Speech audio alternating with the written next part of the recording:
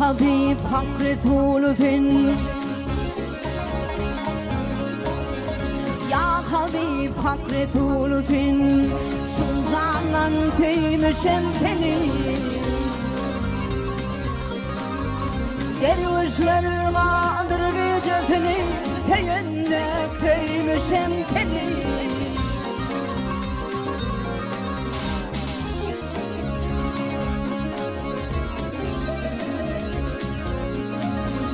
Yakup yurd esti Kenani Oğludur Mısır sultanı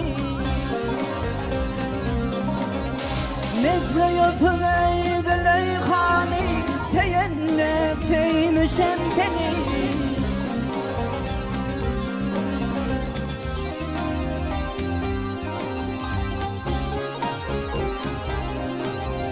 Yalan seni tuttu yadı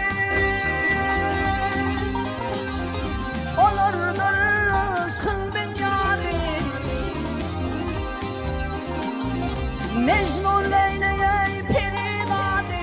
Teyennek teymişem seni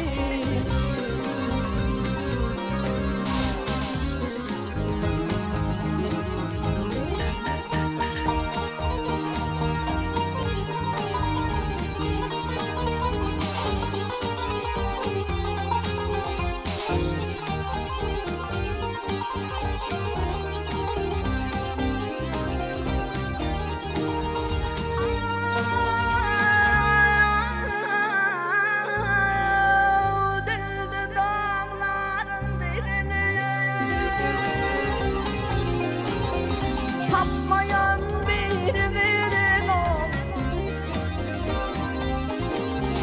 Aşık Ferhat ol şirini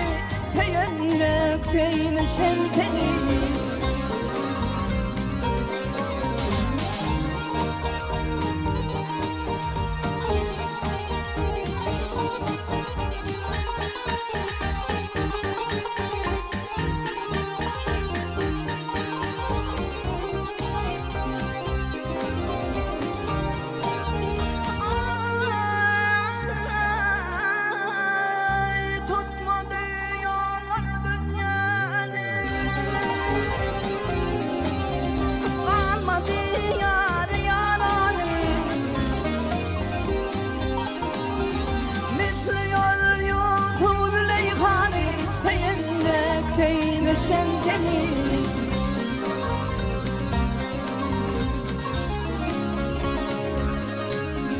Malhum ey dünya fani Ötüdür rüzvenler hani